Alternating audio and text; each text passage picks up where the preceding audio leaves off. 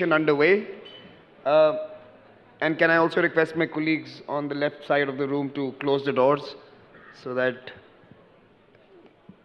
we could have all your attention to this session. Thank you. Look, this session is essentially a conversation between five very smart people. I actually would take a step ahead and say it's between five think tankers.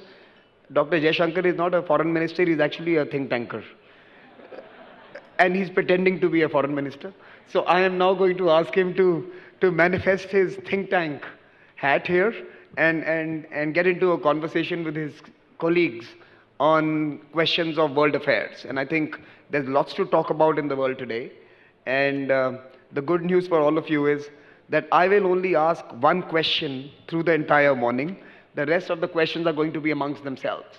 And I'm going to kick this off by actually posing a question to the foreign minister.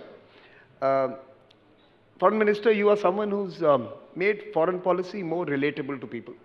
You have used grammar, vocabulary, and even imagery that makes people, young people especially, become more interested in some very complex and complicated discussions that are underway. People feel involved in foreign policy today. Most recently, your book, Why Bharat Matters, has dived deep into some of our oldest stories as children growing up in this country to make complex contemporary questions more interesting for them. But for a foreign policy audience, what are the big takeaways from your book? From your recent book, what are your 4 or 5 big takeaways for the world we live in today? Okay. Clearly, you're taking the think tank bit seriously. So, what are the takeaways? One, I think the really serious problems are stemming from the economic vulnerabilities of the world.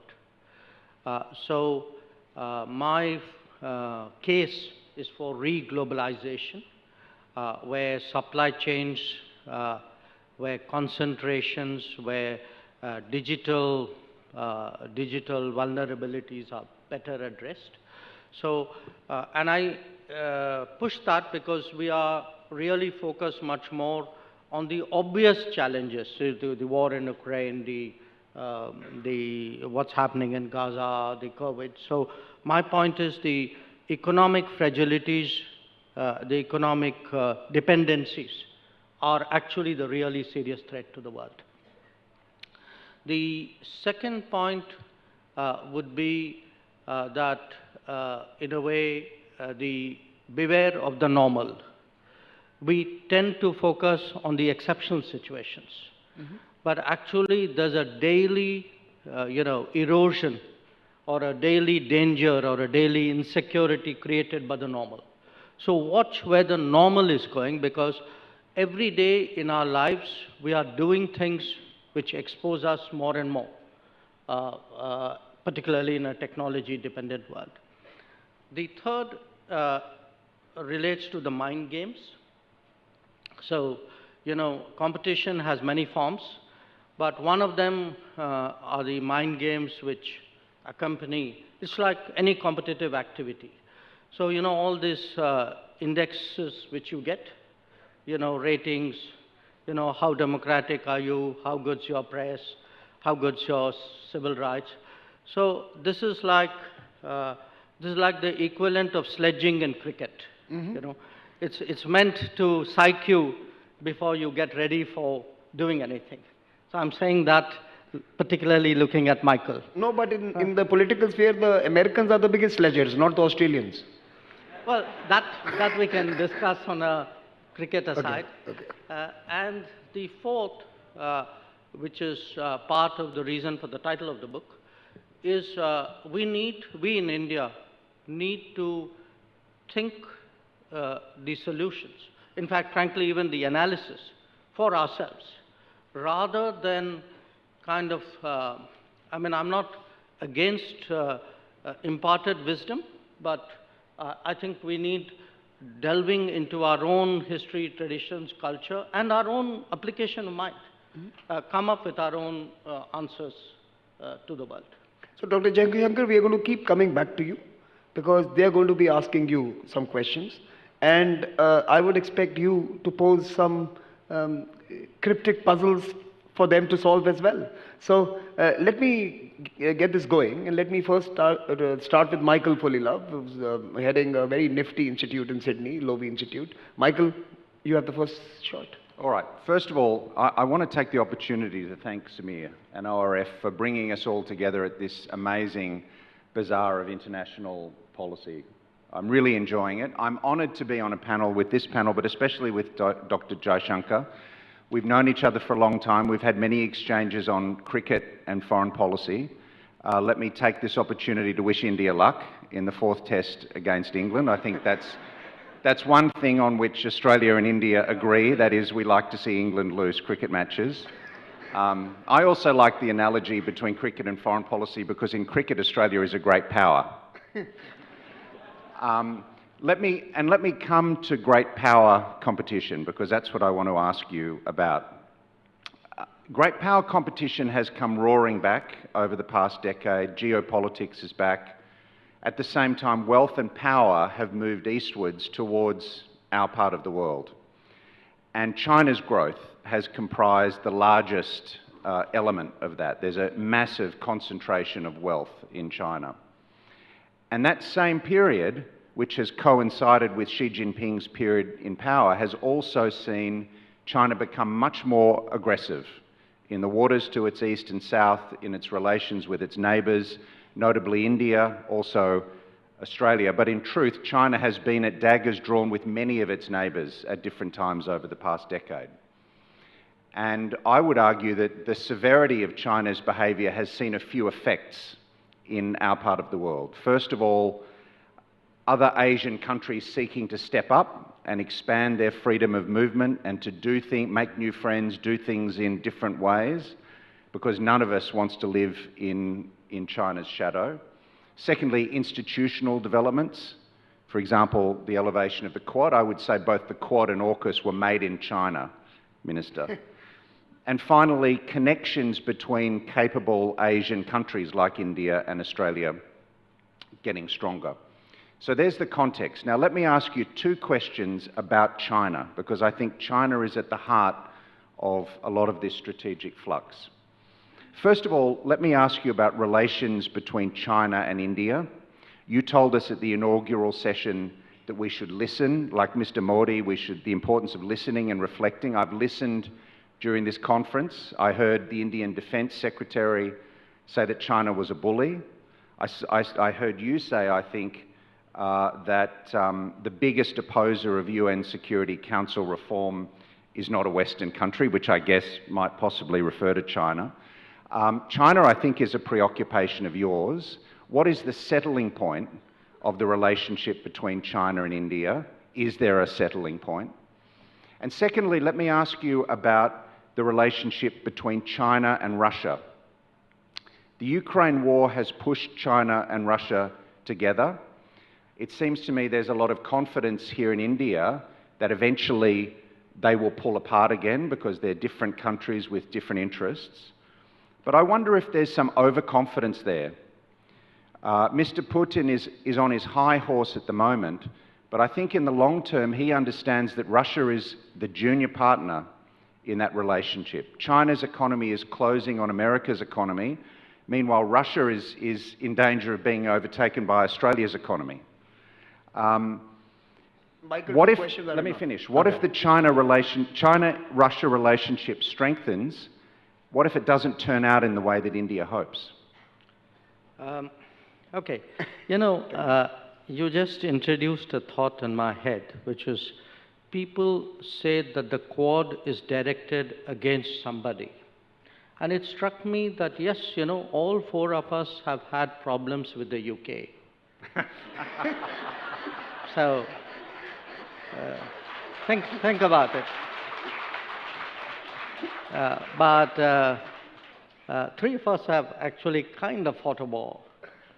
Yeah. But more seriously, where, what would be the, where would India, China finally find a equilibrium or a balance? It will, here's the problem. Both of us are rising, obviously at a different pace with different starting points. I think the Chinese started off earlier, much more, much more intensively and robustly than we did. But it's in the nature of things that, at some stage everybody flattens out, so there'll be a period where they'll be flattening out and we'll be growing. I'm not in denial of, what the numbers today suggest, but if one looks, for example, at the Goldman Sachs prediction, which is that we'll both really, by about 2075, end up as $50 trillion economy plus, and will be the two closest to each other. Now, the international relations version of that issue would be, if both of us are moving vis-a-vis each other and vis-a-vis the world, how do we construct an equilibrium? That there will be occasions when one or the other would want to change, to do something to press home a particular advantage, and the other will resist it. Here's the immediate issue, which is, from the 1980s, really, late 80s, we had an understanding on the border, precisely because it suited both of us. Now, there was a departure after after 30 years, a departure on their side in terms of how they behaved on the border. And there's a pushback from our side. So I think management, arriving at equilibriums, then maintaining those, refreshing those, is going to be one of the biggest challenges for both countries. It's not going to be easy. The bit which, the mind games which will be played would be, it's just between the two of us. There's nobody. The other 190 odd countries in the world don't exist in our relationship. That will be the mind game which will be played. I don't think we should play it. Because if there are other factors out there in the world which can be harnessed by me to get better terms on an equilibrium, why should I forego that right? So part of, today, when I say think through your own solutions, is don't give another country, which is clearly a competitive country, a veto over our policy choices. And unfortunately, in the past, that has happened from time to time. So we should be confident enough to leverage the international system to create the best possible outcome. Your second issue, Russia-China. It's kind of funny. On the one hand, you have people whose sets of policies bring the two together. And then you say, beware of them coming together. So, okay, I mean, I can see the reality out there, but I think it's very much in, certainly in Indian national interest, but I would suggest actually in global interest, that when Russia, what's happened today with Russia is essentially a lot of doors have been shut to Russia and the West. Okay, we know the reasons why. Russia is turning more to Asia or to parts of the world which are not West. Now, I think it makes sense to give Russia multiple options. If we railroad Russia into a single option and say, that's really bad because that's the outcome, then you are making it a kind of a self-fulfilling prophecy. So today, I think it's important for other countries, especially in Asia, to engage Russia, to remind Russia. And look, Russia is a power with an enormous tradition of statecraft. such powers would never put themselves, into a single relationship of a overwhelming nature. It would go against their grain. Yeah, so you have a right to ask him a question as well, but maybe you could pose a question once we've been through the first round, and maybe one or two for all of them to respond to. Leslie, can I turn to you? Or maybe I should go to my friend from Nigeria, Osaghae. Can you pose a question to the foreign minister? Osaghae heads the Nigerian Institute of Foreign Affairs. He was with me recently in New York. I really enjoyed his interventions. Over to you. And we were just together, Your Excellency. Let me thank the ORF and the Ministry of External Affairs for this invitation. It's a great privilege to be here. And I'm happy that we can continue the conversation that you set in motion in Lagos when you were at our institute 2 weeks ago. Now, the point is about multilateralism and the place of the UN, and especially United Security Council in all the things. These are inflection points in world history when perhaps we need world bodies, world platforms that can help us create the kinds of stability that the world so very urgently requires. Now, this month, it will be 2 years since the war in Ukraine started, and the UN doesn't seem to be any closer to finding a solution in spite of all that we're doing. And what seems to be happening in all the subjects that we're dealing with is that people are now finding alternatives to the UN. And yet here we are, we insist that the UN holds the balance, if you like, for all the kinds of things that we're doing. The UN itself is a reflection of the power structure, of the global power structure, which resonates all of the colonialities and the colonial forms and so on. So there's a school of thought that says when you ask for UN reforms, you're actually in the vortex of decolonization. Now it's interesting that India has pushed along these lines, and the African Union is fully in support of what India is doing. Now, the UN reforms, what do you want to see? Inclusivity is important, representation is important, but so is legitimacy and credibility. Now that the UN seems to be winning in its influence, what is driving India's point about how to reform the UN? Now, that's one. The second thing is, in a reformed UN, how would we ensure that the Global South, stops being a spectator? So the Global South is not simply led, by others whose interests subordinate the interests of the Global South. Is this something to suggest that you would have a multi-track that has the UN, along with BRICS, along with all the other regional organizations and all the other multilateral platforms working together, or should we continue to balance things around the UN? Dr. Jaishankar. It's interesting thought, and it's your thought, which I'm capturing here. I think all of you heard him say that reform of UN is actually connected to decolonization.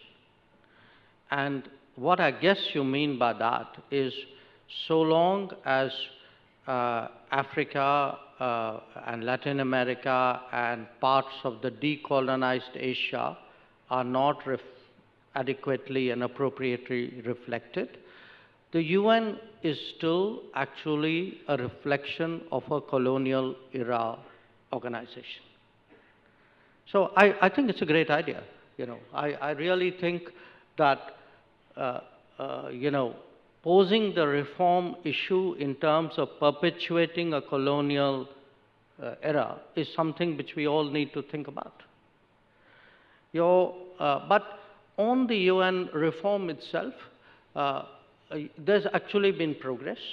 It was interesting. I think you had a pre-panel Yes. of you know, there's a IGN process, the Intergovernmental Negotiation Process. The chairs of that are Kuwait and Austria. And the chairs were visiting India.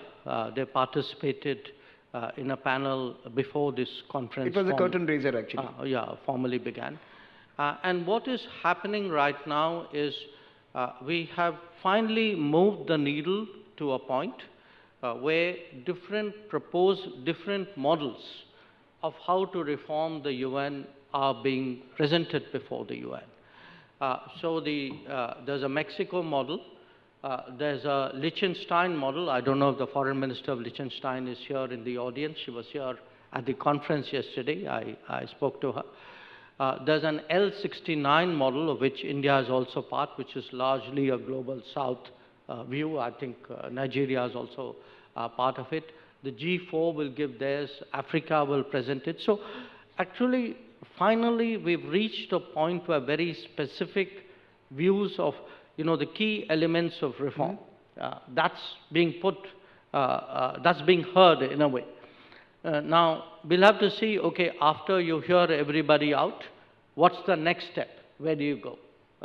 That's not clear as yet. But we certainly, you know, we have a strong view about the need for reform. We will put those views forward. You know, when you have 200 odd members, it makes sense that the body will hear everybody out, and we will come to some kind of middle ground. I mean, that's what diplomacy and negotiations are about. But again, there's a very clever mind game being played, which is, you know, how can we reform the body unless we have consensus? That's like saying, you know, how can I take the exam because I don't know the result? So this is another way of perpetuating what you clearly pointed out was a sort of a colonized United Nations. In fact, the UN process is perhaps the only process where you need a consensus before you can make the first draft. The draft itself requires a consensus. So it's interesting. Leslie, let me turn to you. First of all, let me echo Michael's words and others. First of all, thank you to Samir. This is tremendous, and it's a real honor to be here, and it's especially an honor to be on a panel with you, Dr. Jaishankar. I want to ask a question about the G20. I was very lucky and fortunate. Samir gave me the opportunity to be a member of the Think 20 Task Force 7 on Reformed Multilateralism, and for me it was a year of coming to India on multiple occasions, to different parts of India, to listen to a really diverse set of voices, not only from India, but from all of the participants from the multiple countries who engaged in that. But I also got to listen to you and many of the things that you said. And in Mysuru at the final Think 20 summit, you always have very good lines. I think we all listen to you and follow you in part for those. But one of the things, a couple of the things you said, one was the G7, and you paused, it is important, but the world has moved on, and it's really the G20 that shows us the breadth and diversity and the diverse power, of course, although you don't use the word power, of the world. And so the G20 is tremendously important. But you also said that and this reflected my experience watching it, you said that that India's G20 was about two things. It was about getting India ready for the world, and it was about getting the world ready for India. And I thought this was tremendously revealing of actually the year that I had experienced. But I guess my question for you is, as you think ahead, you know, there's been as Samir always says, there's been a wonderful run of Global South leadership of the G20 from Indonesia to India to Brazil to South Africa. But as we look at 2026, the picture looks different. It goes to the United States. So when we get to 2026, the UN Security Council probably won't have been reformed. No, are you suggesting by 2026 the US will be Global South? I do believe, Samir, having not grown up in New York or Washington, that there are parts of the Global South within the United States, and I encourage you to find them. I've traveled around India. Let's take you around the US. But as you get to 2026, India is currently the 5th largest economy. My SOAS students from India were thrilled in that moment because we were in the classroom when that was announced. The 3rd largest military spender, maybe those categories will shift, probably in one direction if they do, but India's power is undeniable. But it will be in a moment where at some level its sense of leadership and of global South leadership and India being at the helm of that might not have a platform. And so I'm curious, what does that mean for a country that is, although again, I don't hear you talk about the word power very often, but what does that mean for a country like India that is so distinctive and so powerful? And also, what does it mean after this year, this past year, where the expectation, I mean, we all know it's extraordinary. You get off the airplane and you see G20 or you see T20. It's not even in the airport. You go around the cities, and that sort of signage, the posting, has created an awareness amongst Indians of India's global leadership. And quite frankly, I cannot imagine a US in 2026 having signs about the G20 in Des Moines or in Ohio or anywhere else. We can help them with that. So what happens when you get to that stage? I think the second question is, are you having withdrawal symptoms? Or are you seeing greater demand from India for global leadership? I think that's the point she's asking, because you've raised the bar so high, people expect and you to... where do you go? And where do you go now? now? When you're not shut out, but when you're sort of not leading in the way that you should be leading? Okay. My first comment would be, yes, G7, the G7 to G20 was the big change of the last decade. But what we realized was that G20 was not enough, because one part of the world with more than 50 countries had been significantly shut out, which was Africa. So if you see, in a way, we still call it G20, but it's actually become G21. And that itself, by the way, in a way, it's also a lesson to the UN that if the G20 could expand, so could the P5. But it will be a process of change. I mean, that's what the world is about. The world is really about more prosperity, more production, much broader dispersal of economic and political power in a way. So I can see that happening, when the sort of smoke clears and people look back on this G20, it will surely be recognized for the fact that the African Union membership was agreed upon. My second comment, why did I say, this whole thing about getting India ready for the world and the world ready for India? We've had foreign policy events before. We've had gatherings before. They have been largely restricted to the formal processes of diplomacy, mainly in the capital city. I've done, I've attended pretty much all the G20s since 2015. I missed one. That was my gap year in the government. In that period, we saw how others conducted the G20. And we felt this time that this was an extraordinary opportunity, one, to get the people of India, especially the young people of India, interested in foreign policy. Now, the best way of interesting people in foreign policy is to do exactly what you saw, which is go to, the cities and towns across India and, do activities there, put up signages, get them involved in a way.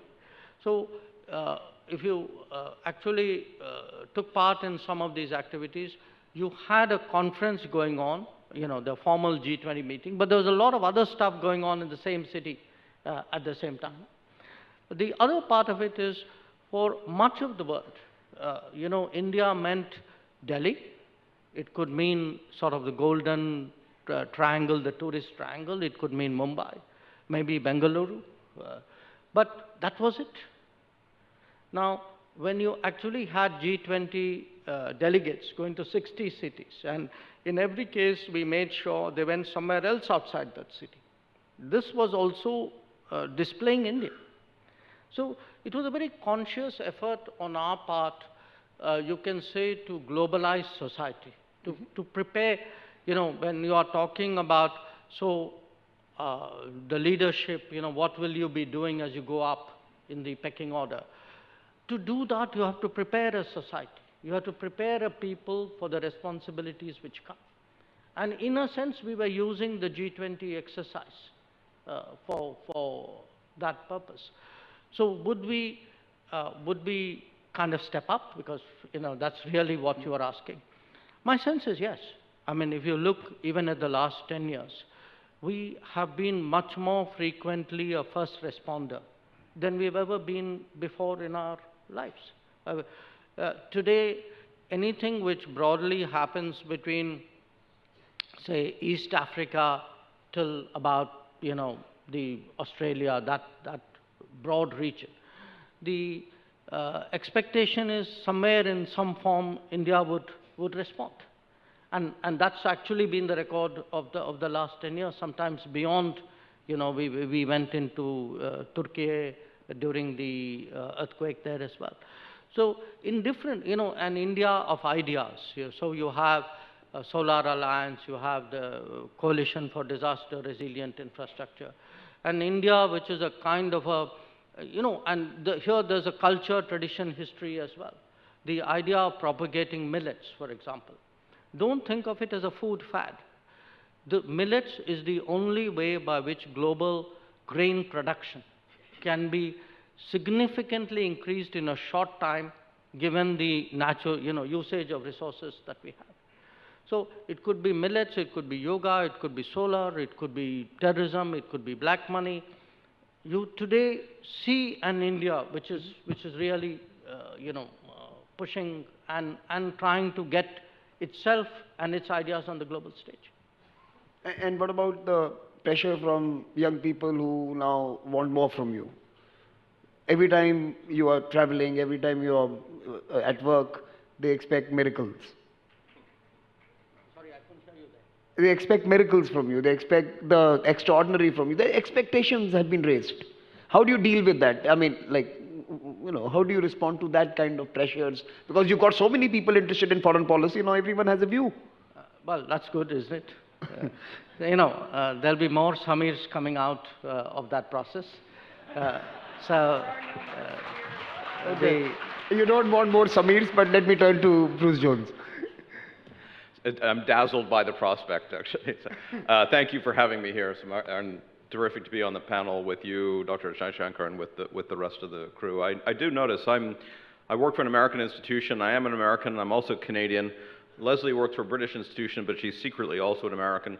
So I noticed that Samir only has former colonials on the stage for this discussion, which may be appropriate. Look, I wanted to ask you about India's leadership here. I mean, we have some pretty serious challenges ahead of us. Deterring great power war, managing great power competition, I think a much deeper conceptualization and driving of reglobalization than has been discussed so far, driving a deeper reform and adaptation of the treaty-based order that can survive to some degree. No one state can do all of that. India has important roles to play. But there are other actors that I think that can contribute, the Brazils, the Indonesias, the Turkeys, et cetera, as well as some of the European and Western middle powers and major powers, the Canadians, Australians, et cetera, Spain. What prospects do you see for greater collaboration among that set of actors, the kind of the major powers that aren't the ones who are really driving great power competition? I mean, you're an actor in great power competition too, but you're not the primary drivers of it. What scope is there for collaboration among that kind of group of major powers, major and middle powers, that have deeply vested interests in the survival of the system, even if the system needs to change quite a lot? So you're talking here of the P5? No, I'm saying, how do you think about collaboration among the kind of set of actors below minus that? G2. You remove the G2, Yeah. Can the others create safe spaces for globalization, for international relations? And for managing great power competition. You know, you have, I mean, first of all, I'm not sure the G2, I mean, the G2 will always be a concern. I'm not sure how realistic a concern it would be given the way things are going. Then you have, in a sense, at least from a UN perspective, the P3, the non-G2. And then you have this set of, you can say, middle powers, upper middle powers. One neat category would actually be the G20 countries. But, you know, I also give due weight to Nigeria here. But let us say there are those roughly 10 odd countries which would be G20 countries of regional influence. Yeah. You know, my sense is you're going to see both lateral and to some degree vertical collaborations. Some of the collaborations would come from pre-existing architecture. I mean, you have alliances. The alliances or groupings, I mean, the EU allows a lot of countries to coordinate. The NATO allows a lot of countries to coordinate. Australia, Japan, by virtue of their treaty alliances, treaty relationships, do that.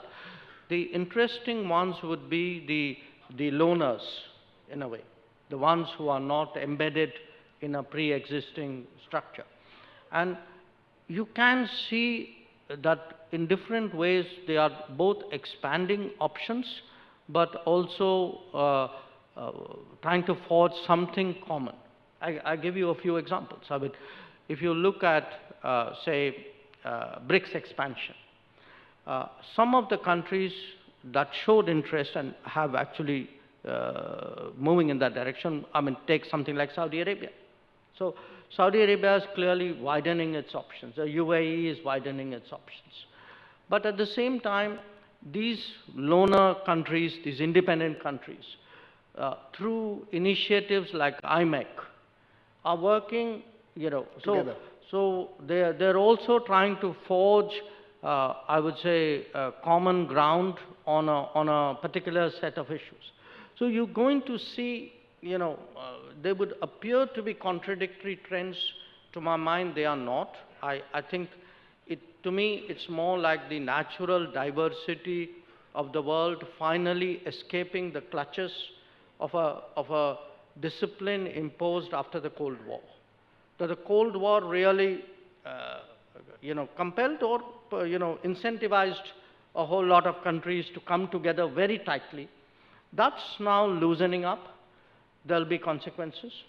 A lot of countries will now, you know, try to have multiple options. And then once, even as they do that, they will form combinations of their own.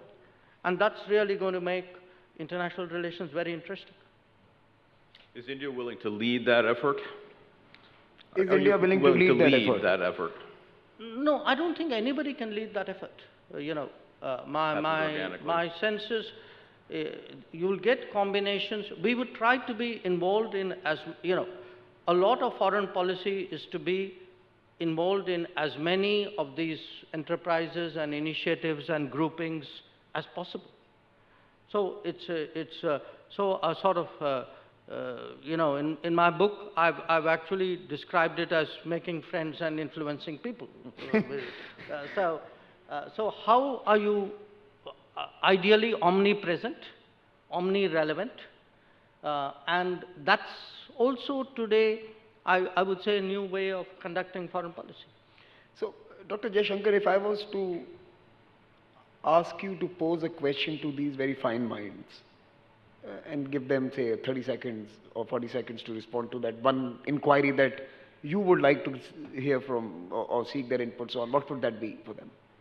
Well, I think for Michael, I mean, from an Indian perspective, the real issue as we look forward at India, Australia is, in a way, how much Australia is Indo-Pacific and how much Australia is Western. I think that's the duality which most people would be interested in. Well, let me answer that. Let me say I had one, two, Michael, I'll give you your turn. Okay. And for Leslie? No, let him answer that. I'll think of I'm running out of time, and hence Okay, I'm going to give Michael the last word to come because he started first. But do you have questions for any others that we can take and then go to them and close? Well, I think what I would, in a sense, urge you to articulate, because given Nigeria's today importance, is within, we tend to talk about Africa, but I mean, you look at Nigeria, which is a significant power in its own right. What would be the next set of countries coming up? How do they plan their rise? Because that is something which is clearly awaiting you. And to Bruce? Bruce, 2026 America. I'm tempted to ask him a Canadian question, but then I get into trouble. So I just want to confirm that I have your good wishes that Indo-Canadian relations would continue to improve. Okay, so Bruce, that's a cue for you to respond to something. And what about Leslie? Yeah, I would be really curious because you clearly got immersed very deeply in the G20 experience. So I would be curious to get that sense from you, and in a way to Michael also, because Lowy had put out a study, I think, on how young Indians think about foreign policy. Are interested in foreign policy. Because I think that's really today, in the coming elections, almost 90 million young Indians would be voting for the first time. That's how significant their impact is going to be in this country. So I'd be very interested from your travels to get that impression, what was the impact? What do you see? Because I'm giving you my version of what I tried to do. Did I succeed? Okay. Did we really get people interested? Great. So I think let's start with Bruce. Come to you, Osaghae, then come to Leslie, and I'll give Michael the final word. You all have 45 seconds to 1 minute each for your final interventions this afternoon. After which I'll start singing, so you should avoid that. So but Bruce, let's start. As a Canadian, look, the thing I would raise is the really important role through the Cold War and in the post-Cold War that was played by major powers and middle powers in quiet diplomacy to help the great powers manage de-escalation, and in innovation in the multilateral space. The creation of new instruments like peacekeeping, et cetera, was always done by major powers or middle powers working quietly. Canada did that, Australia did that, India did that at an earlier phase. And I think that role is extraordinarily important in the years ahead. So something to reflect on and look at. Osaghae? Yes, thank you. When you talk about emerging countries in Africa, and you say after Nigeria, which are the other countries? You can have a good lineup. South Africa, Kenya, Ghana, Egypt, Algeria, Morocco. All of these countries are there, but there is something that makes Africa a little exceptional. It is the consensus building that is traditional to Africa as a value. And so the African Free Trade Agreement, for instance, provides a very strong cement for all of that continent. And you would find even in the BRICS, you have found it necessary to admit AU rather than another country, for instance. I think it's a reflection of how very strong the African consensuses have been over the times. And you see what the regional bodies are doing, SADC, the IGAD, the ECOWAS, and so on. So it's not simply and only about individual countries emerging anymore. So we have to be simultaneous, in dealing with Africa. We're dealing with, these regional organizations alongside, those powers. And you will find that the evolving powers in Africa are themselves seriously located within those regional frames. Excellent. Leslie? Yes, so I think undoubtedly my experience would suggest that you succeeded on the back of a very strong base of young people, not least the Raisina young fellows, but really there is an extraordinary base on which to build. If you can actually get those 90 million young people to turn out and vote, that would certainly be a level of success that the democracy that I'm most familiar with struggles with, getting its young voters. 90 million. 19. 90, 90. 90. Yes, 90, yes, 90 million. I mean, that in itself would be extraordinary, and if you've helped to shift the balance on why they're voting, then that's quite powerful. I think when and you know, the thing that I think you feel most, at least I feel Look, most... if you were one of the 90 million, will you vote for Dr. Jaishankar or not? I think we're gonna bring you to our intellectual circles in the West, but even as a member of the non-West, as opposed to the anti-West. But you know, there's a lot to play for here. The energy and the dynamism and the willingness of the young Indians that I've encountered to work literally around the clock is truly refreshing, and I hope it's never lost with labor laws as much as we need them. But I guess the question on the international stage, have you succeeded, would also, and on the domestic, is can you meet those expectations in the next phase? Because the G20 was, you know, 1 year, and there is a continuity, as I mentioned. But the question, I guess, beyond that is also that people are looking not only to see whether India steps up, but also to see whether this sort of not taking a position is sustainable. I flinch every time I see one of my colleagues in the US or the UK talk about India as a swing state, as a fence sitter, or as a hedger. I find it very patronizing. The Indian part of myself finds that very patronizing. But there is something to it, and you capture it as saying non-West and working in multiple formats. But I think that the world is still waiting to see whatever India's values are, we have some sense of them. Will they inform its foreign policy, and will India really step up to lead? And I think young people will look for that leadership, because it's the thing that, you know, beyond materialism and access, it's the thing that really inspires people to do more.